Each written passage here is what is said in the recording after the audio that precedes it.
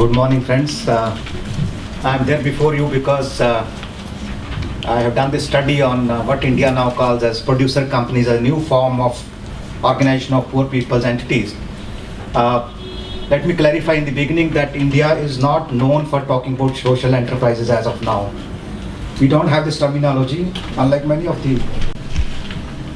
Now the issue is that in India, despite having large number of primary producers, especially in the farm and allied sector, we do not have very significant proportion of primary producers who are organized into groups and institutions or organizations. There are estimates which say that only about 3 to 5% of the Indian farmers, primary producers, are part of any collective entity. There is large-scale exclusion of small and marginal producers in India now because of the liberalization, where you have new enterprises coming up from the private sector and trying to work with primary producers by procuring from them, by selling to them. And there are these new systems of contract farming and direct purchase, where companies or corporates who want to buy primary materials from farmers or primary producers can go to them directly and either buy under a contract or just buy at a negotiated price on a day-to-day basis. This was also not permitted until 2003. Only in 2003 the Agricultural Marketing Act was amended and this became legal. Buying directly from farmers and doing contract farming with producers became legal only in 2003. That too not in all the provinces of India, only in some, and by now only we have most of the agricultural provinces of India allowing these two aspects of interface with the private sector, that is buying directly or doing contract farming.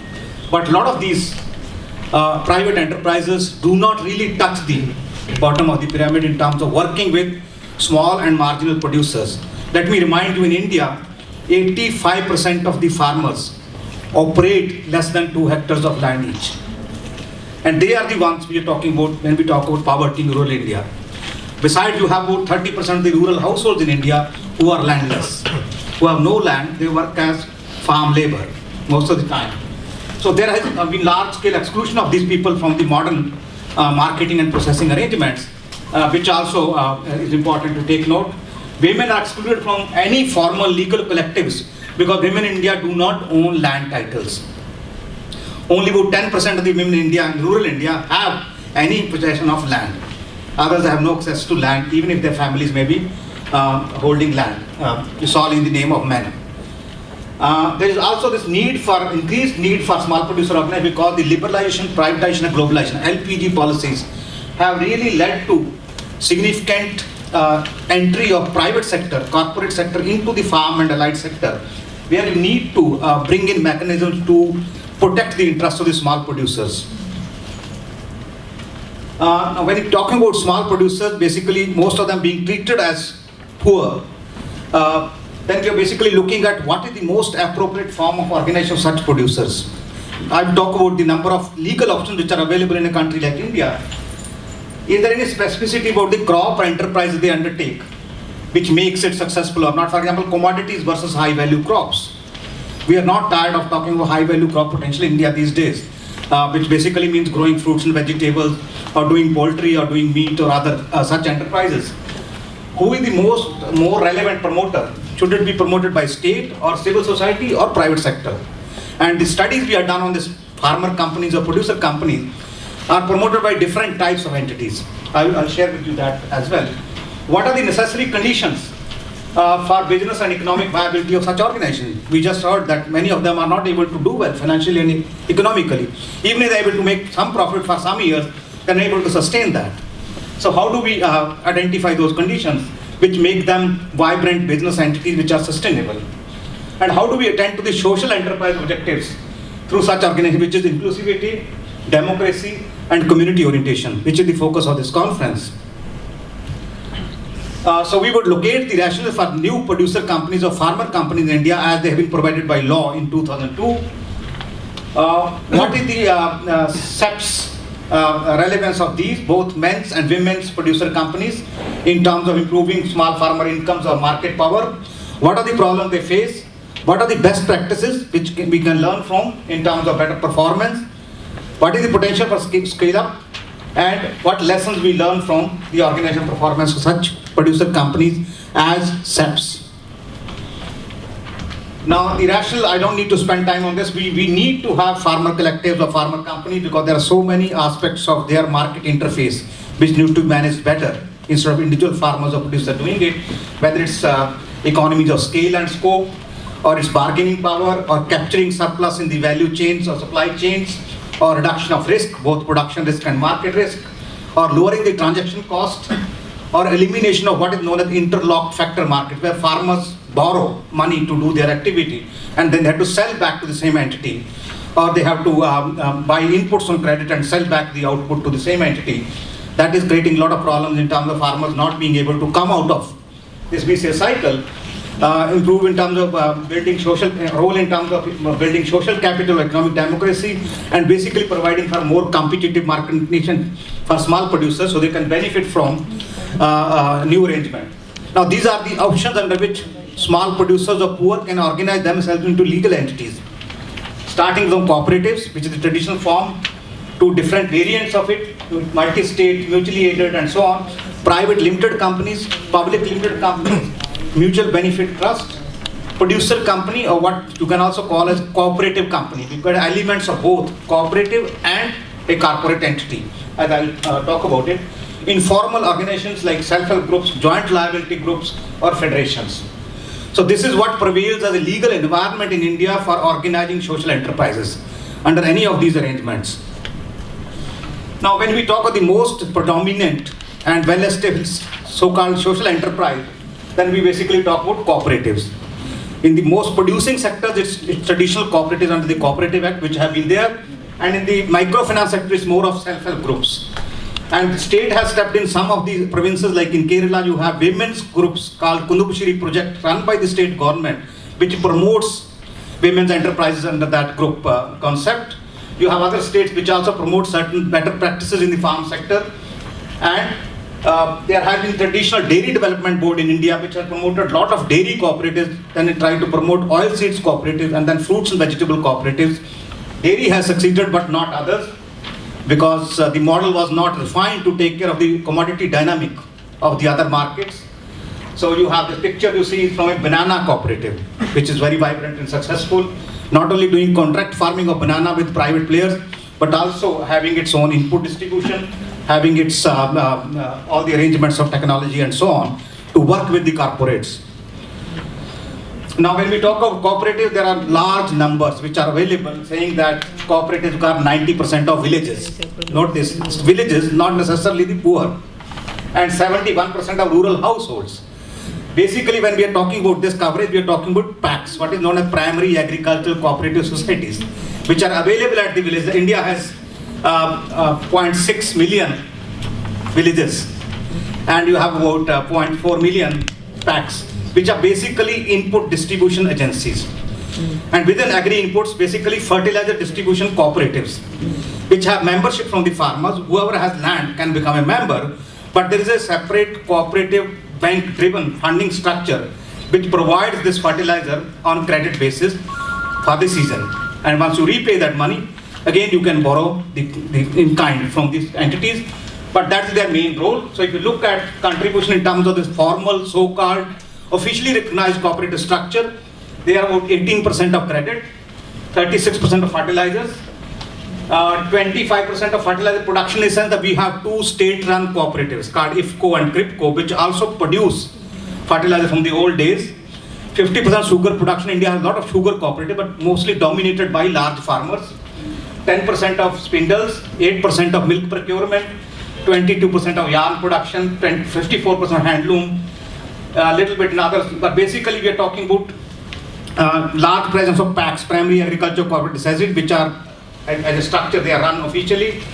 But still, if you talk about credit, which is the major driver of any productive activity for the poor, majority of the farming households still do not have access to institutional credit.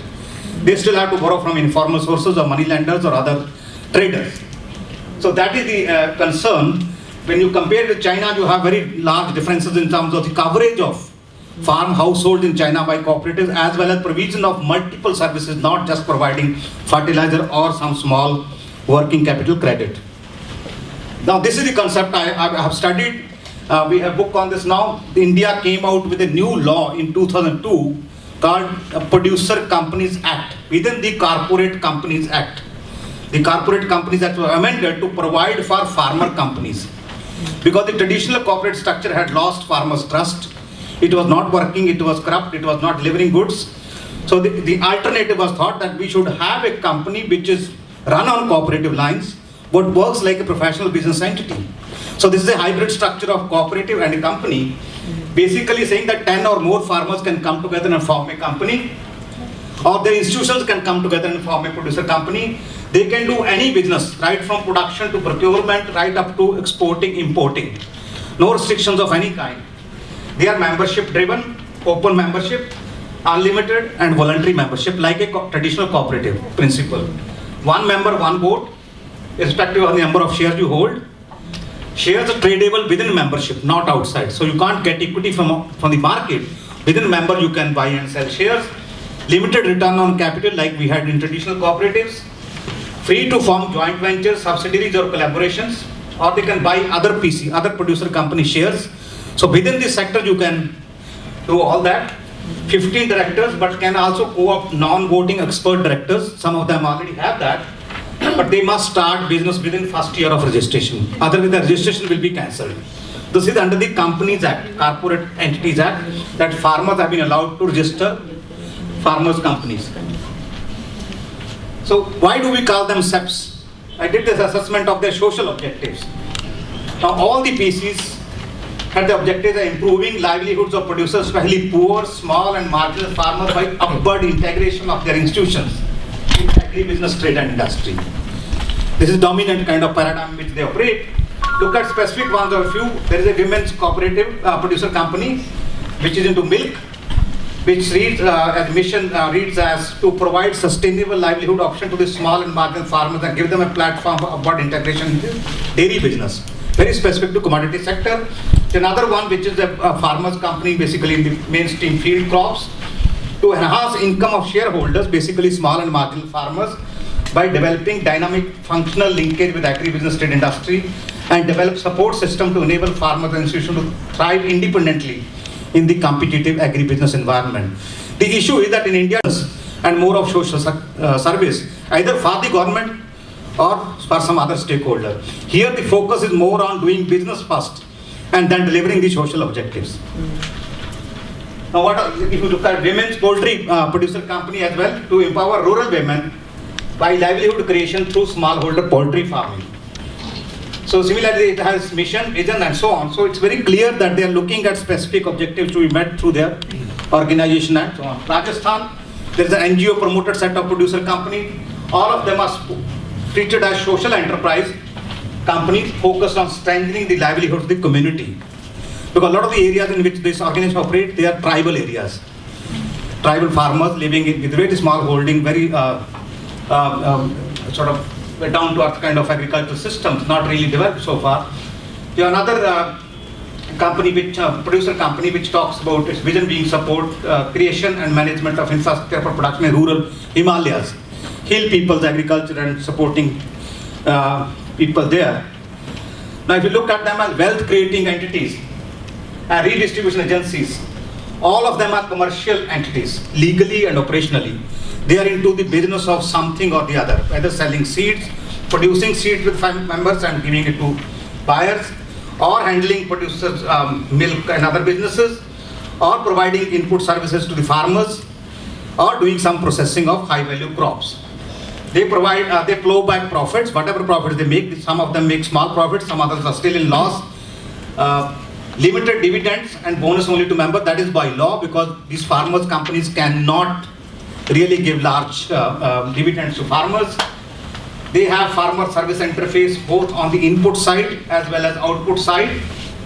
Even in some cases where people are below poverty line, they even made provision of bringing food items to these households and selling them at below MRP or some discount and buying collectively and at least good quality and so on. So provision of what is in India done under public distribution system of food was done by some of these producer companies or farmer companies. most are owned by marginal small producers, especially those which are promoted by NGOs or the state agencies. Unfortunately, there are not many which are promoted by private in India. Some were started, but they just became defunct before they could do any worthwhile business. And most of them are located in regions which are rain-fed. 60% of Indian agriculture is rain-fed. There is no assured irrigation. So they operate in those areas. And these areas in turn are small and marginal farmer dominated. That more than 50% of these farmers operate less than 2 hectares of land. And there has been large amount of farmer distress in some of these provinces of India, whether in south or central or north, western, where farmers have been committing suicide because of indebtedness. For the past 15-20 years, there are estimates that 0.25 million farmers have committed suicide in the last 10 years because of the farming distress, that they're not able to earn enough to sustain their family expenses, and they borrow large amounts of money which they can't repay. Then it becomes a social shame. So the primary producers and their agencies are the only shareholders of these companies. So they're completely poor stakeholder based. There's nobody else who can own equity or shares in these companies. Services provided, transactional, transformational, both. When you're talking about business type, input supply, output purchase, job work services, government support provision, getting farmers subsidies. The state provides a lot of subsidies in India to farmers. So how do you get those subsidies down to the poor farmers? That is also an important element of their functioning. Lobbying with the government to get some of the policies run in favor of small farmers. Transformation services in terms of building the capacity of these entities so that they can sustain themselves in the longer term. Training of board of governor, the members of the producer companies, and representing these members in various fora. And even social exclusion being very dominant part, that there is a provision that 75% of the members of any of these farmer or producer companies will have to be from the marginalized communities in India called scheduled castes. India has this caste system which is very unusual. So you have these people who have been deprived historically, socially, and therefore economically and politically. So there is a mandate that 75% of members have to be scheduled caste or scheduled tribe household members in one state, which is the pioneer in promoting this set of farmer companies with the help of state funds. And if they have to get any government support, then they have to have this 3/4 of the membership from these marginalized communities. They also do non-member procurement so that you are able to impact large number of rural households. You are not restricting your business only to members. Some cases up to 60%, but mostly 10 to 25% of the procurement of any services they carried out came from non-members.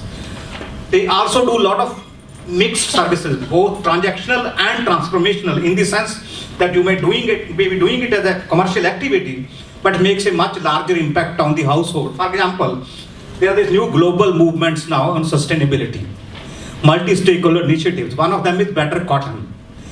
There's a BCI in India, Better Cotton Initiative, and globally there is a Better Cotton multi-stakeholder initiative run by large garment buyers.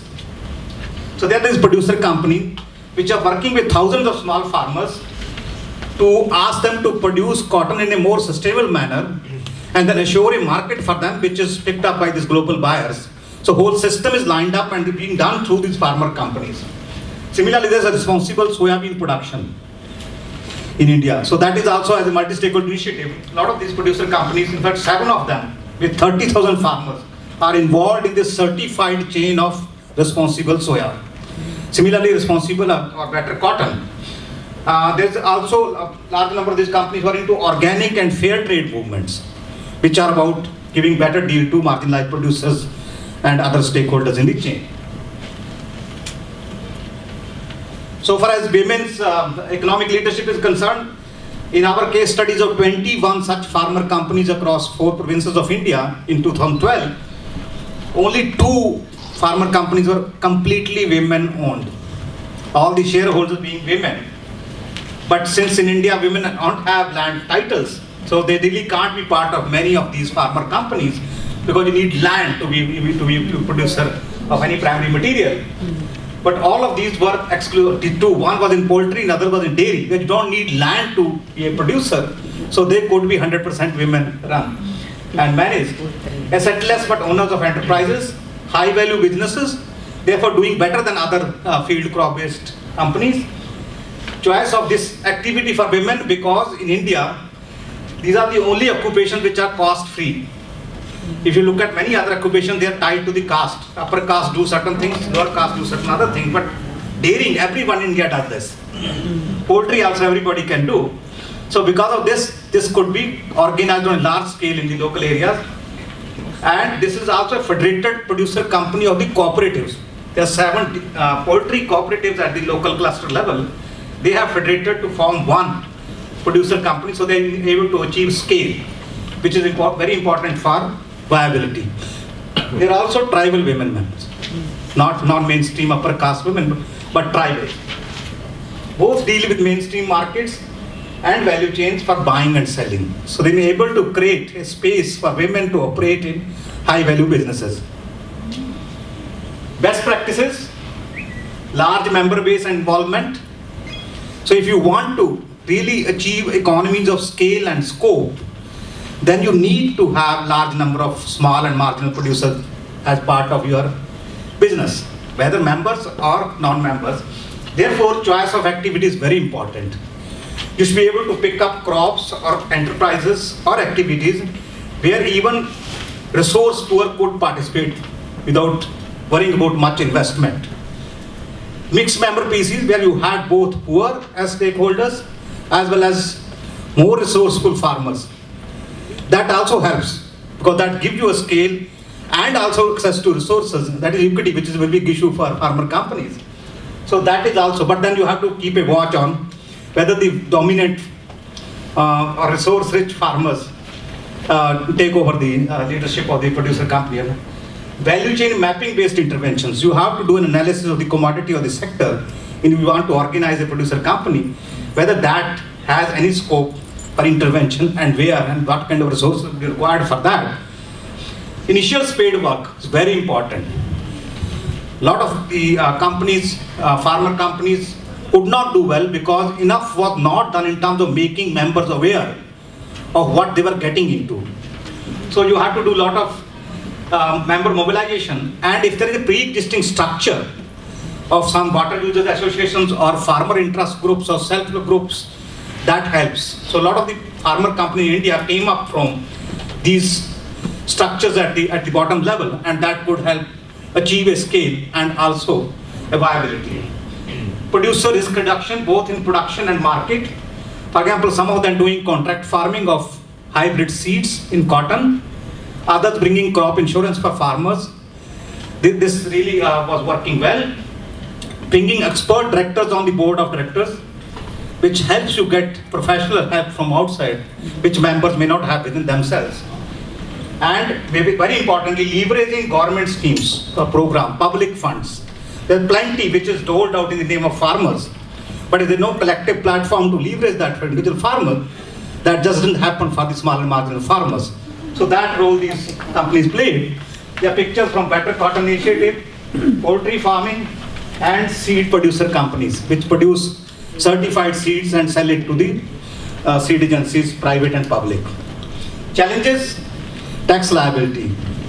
Like in India, cooperatives are not exempted from any income tax. These farmer companies have to also pay income tax. There's no exemption. We're talking 50% exemption in Korea in the morning, but there's no exemption here. There's a poor policy support at the local levels. People still don't understand. It's only 10-year-old legal provision. Many local functionaries do not understand what this farmer company is all about. There were issues in registration, issues in getting policy support and so on. There is a lack of adequate appreciation of philosophy and work. That why have we got into the hybrid structure of cooperative and a company? Many people are not able to sort of find enough appreciation of that. The alternative market, which many of these farmer companies are trying to access, are really small, organic, fair trade, both are not declining. Now people are talking more of better things like better cotton, better soybean and so on. So if you are into really sustainability as a farmer company or a promoter body is into that, then you have this difficulty of how do you access mainstream markets. You are into sustainability market framework. Professional management issue because these companies do not have that kind of incomes and resources to pay for very professional managers. Capital mobilization, you can't go to equity market. You have to manage with your own funds and maybe loans and grants. But people are not willing to give loans if you're not at least 3-year-old and don't have something to show on your balance sheet. So that's really becoming an issue. I'll talk about what government has done recently to tackle this. There's lack of mutual support system. Producer companies work independent of what other producer companies are doing. There are no product exchanges, no knowledge exchanges, no platforms to come together which are formal. No business planning. Many of them don't have a sound business planning which they can share with a lender for the next 3 or 5 years. Lack of awareness among stakeholders and regulators. Mainstreaming of gender is an issue because of this land title issue, as well as gender discrimination in India in every sector, and more so in agriculture. What is the potential for scale up and SEPPS, membership based outreach, maybe mixed member PCs, if not having only of the small and marginal producers or really poor household, because it will be difficult to sort of get those kind of volumes, then having both large and medium farmers as well as small and marginal farmers. Choice of activity, I talked about earlier. Member centrality and patronage. For example, a lot of the PCs were not able to do well because they were only doing contract seed farming. And they were involving only few dozen farmers each. Your membership could be 1,000 to 2,000 farmers, but the activity you have picked up cannot take more than a few in your fold. So then you lose member interest there. That becomes an issue. Capital base. Maybe we need to push farmers a little more to give more money for their own business. Right now it's only few hundred rupees each, which is not a really big contribution of members.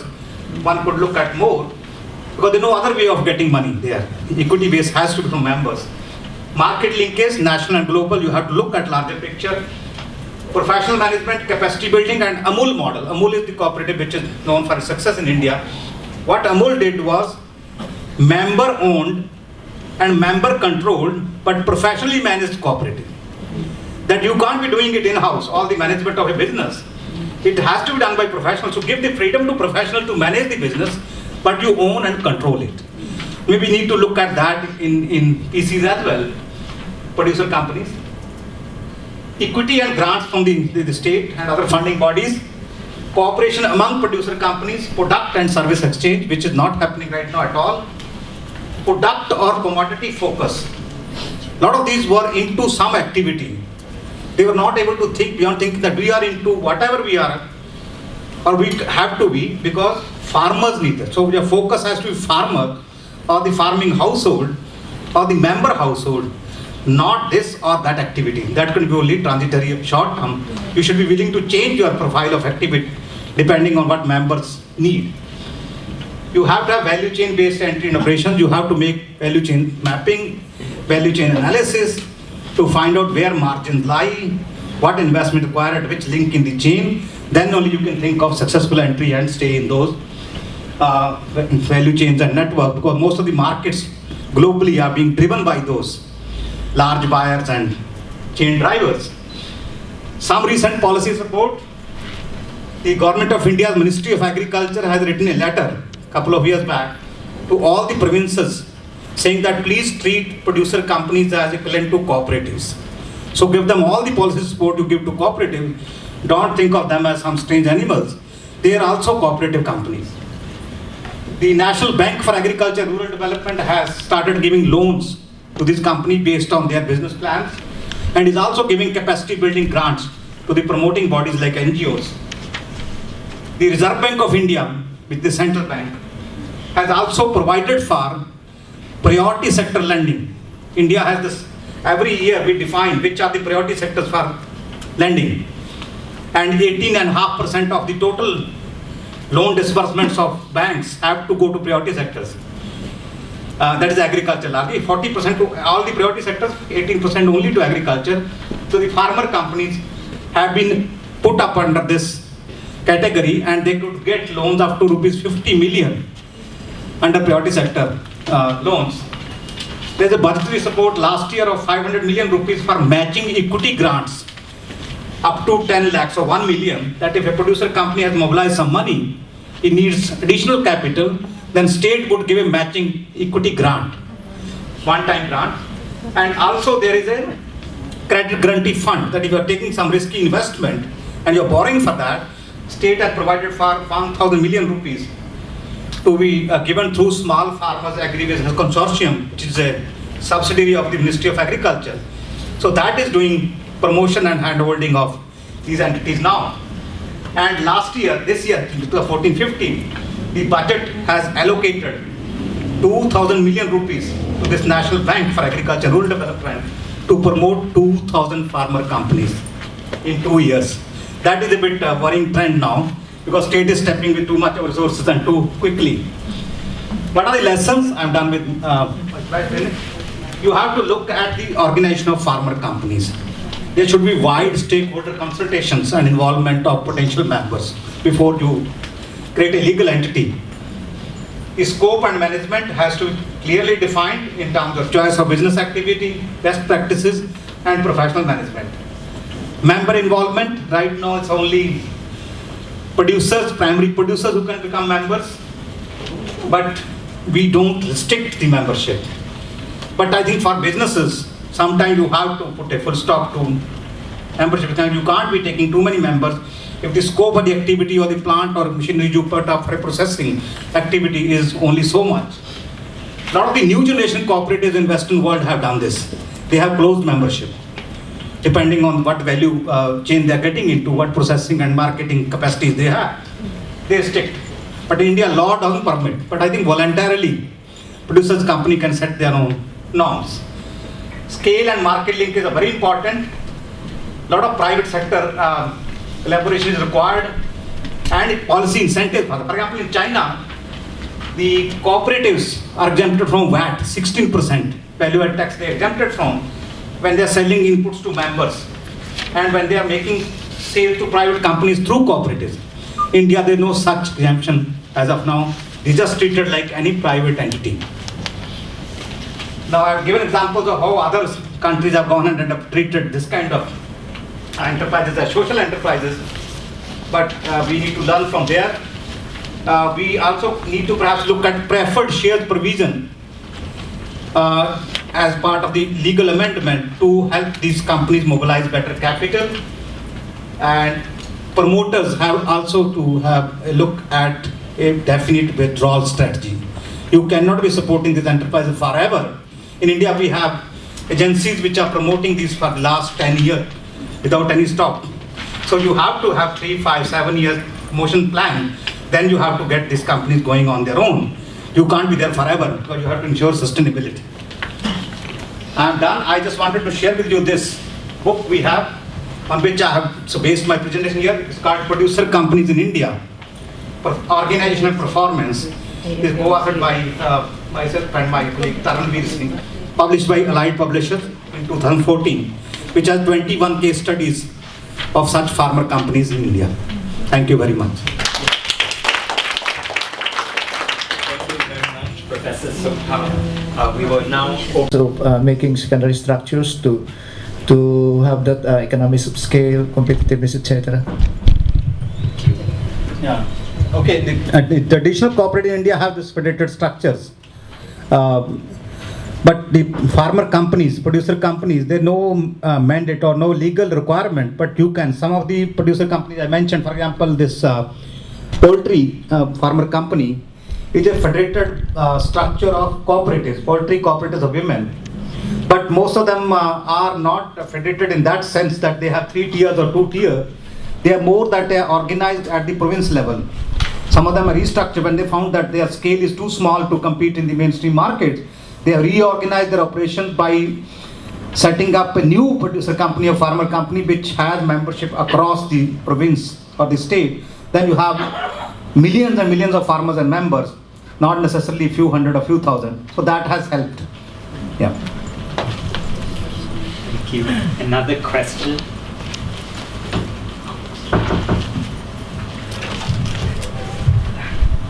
It's not a question, but it's an appreciation of your presentation. I understood that the cooperative is very developed in India, the production, the agri production. But the government has a strategy or came up with a separate act, which is called producers company. So they are not they are registered to another body, which is not the cooperative.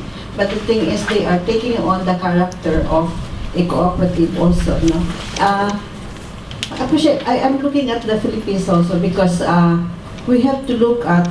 I think the motivation there or the reason is that you're looking at the commodity. Unlike that the way the cooperatives were traditionally organized. So this is very commodity specific, and according to the scale where the members could take on the production. But for the women who doesn't have capacity or what you call the Indian government really look at and takes care of the agriculture. That's why you're organizing the producers, but they are we call them companies. So how is it? And then you have a very long strategy, long thinking that it should be promoted 10 years without relentless, without stopping, so that you really develop the production base of the country. But for the women, I prefer to do the women because they don't have. Culturally, they are not in the mainstream, and then they have no skills maybe. And how do you How do you address that for the women? I understand also it's the Department of Agriculture taking care of this, but how do you the women? How do you do that? Very the vertical, and also maybe you can elaborate the vertical integration.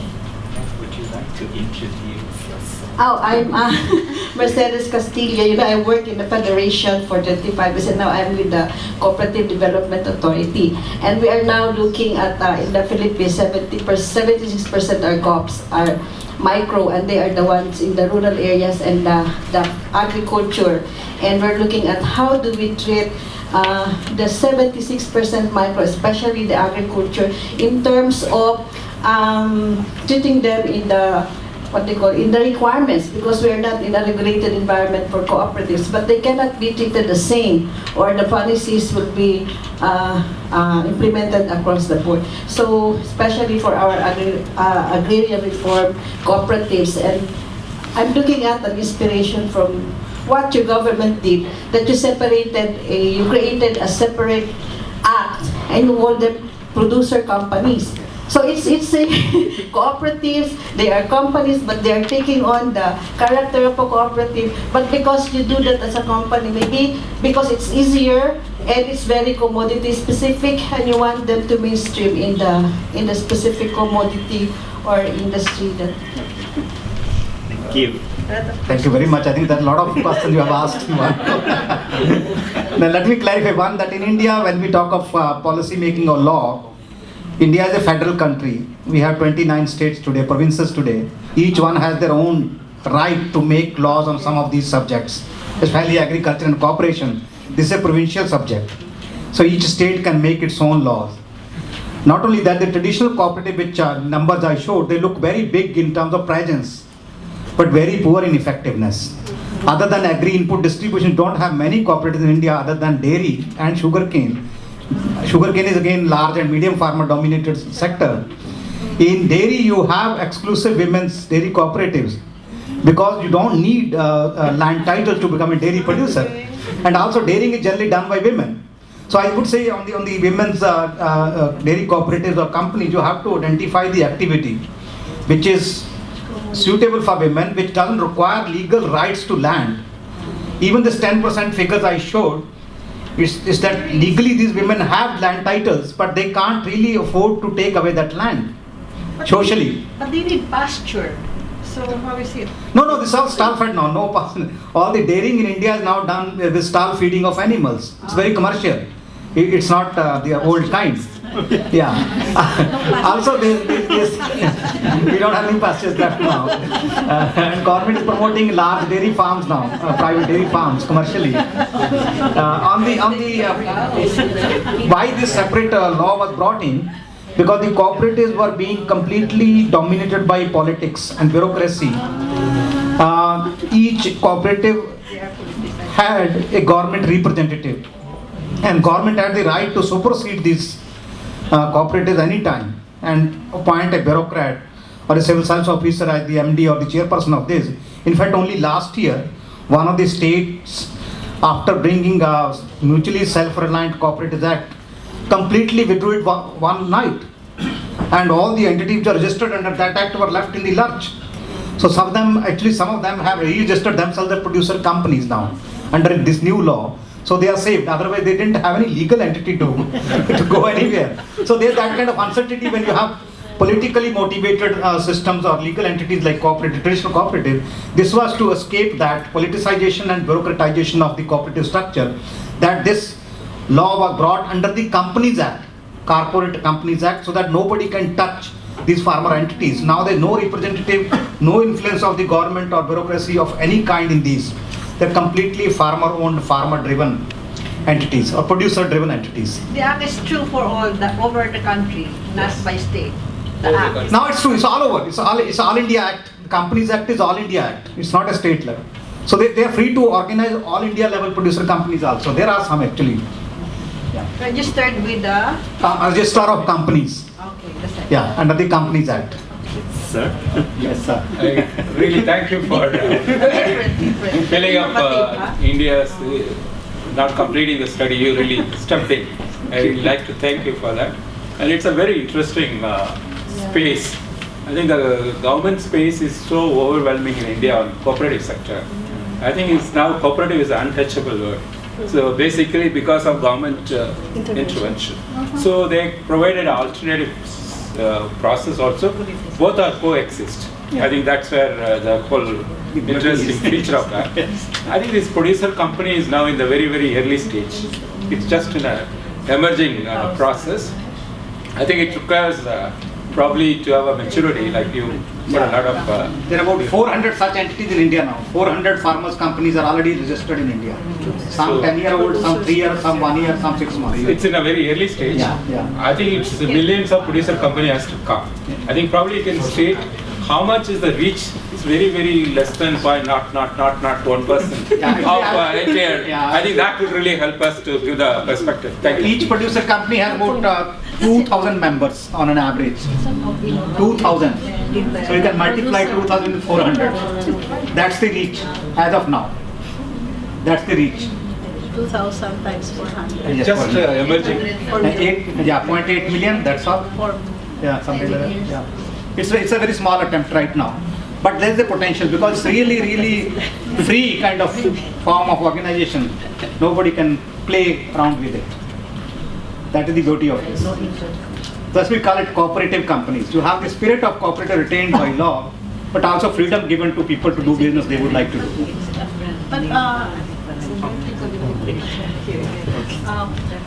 But what is, because this is a producer's company, what is the advantage, aside from there is no more intervention by the government, what is the advantage versus a cooperative in terms of, for example, tax or other benefits from the government? Yeah. Other than the major advantage of being free from any government intervention, the other advantage is that you could set up your joint ventures with private sector. You can have subsidiaries. You can have collaborations. You can do business with anyone under the sun that you couldn't do in a cooperative, because the cooperative register had to permit you to do that business. So it's complete freedom to do business. But do you have tax? No benefits. That's it. No tax. No, they tax. It's like all the taxes have to be paid. Any income you retain with the producer company, if you do not pay dividends and you do not pay extra price or bonus to farmers, whatever you retain with the entity will be taxed as income. Like cooperatives are also taxed, but cooperatives pass on a lot of the benefits to the members at higher price for the produce they buy from them, milk or oil seeds or whatever. So that's how they have been managing, but there's no tax exemption to cooperatives or farmer companies in India. Okay, one last comment or question. Yeah, because the banks provide financing, right? And how much is the interest rate? Is it something regulated or lower than the prevailing commercial? Yeah, if it is under priority sector lending, then it's only 7% interest for agriculture. And some states have further given an interest exemption, which comes down to only 4%. And some states 0%. So if you are under priority sector, then it's really a very reasonable cost of credit. If you have to buy otherwise, then it's costly. Then it's maybe 15-20% also. And even microfinance, India has been doing 24%. That's what led to its downfall. So it's not easy to get credit at reasonable rates of interest if you're not getting priority sector lending, which is meant for agriculture and non-farm, rural enterprises, education and so on. So 18.5% of the Indian lending of the banks had to be for agriculture and allied activities. That is at 7% or less. So that is a big advantage. Which of course, The whole presentation, I've noticed the big question of land ownership of women. And I understand that India has advanced women leaders, etc. And I haven't seen recent policies concerning that to respond to that issue. Is it not possible really for women to own land in India? I'm not sure. Thank you. legally, yes, we have a law now which gives equal rights to sons and daughters in the inherited property, including land, but socially, no. Socially, very difficult, politically, very difficult, legally, yes. So you have to really take a call. Each woman has to take a call to claim it. It's very difficult. Yeah. Okay, so thank you very much, Ms. Melody and Professor Sukhpal. Actually, when I was in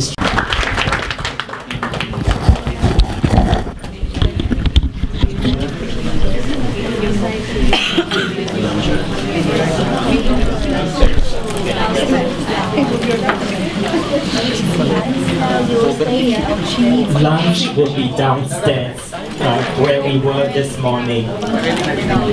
They should. They will have it.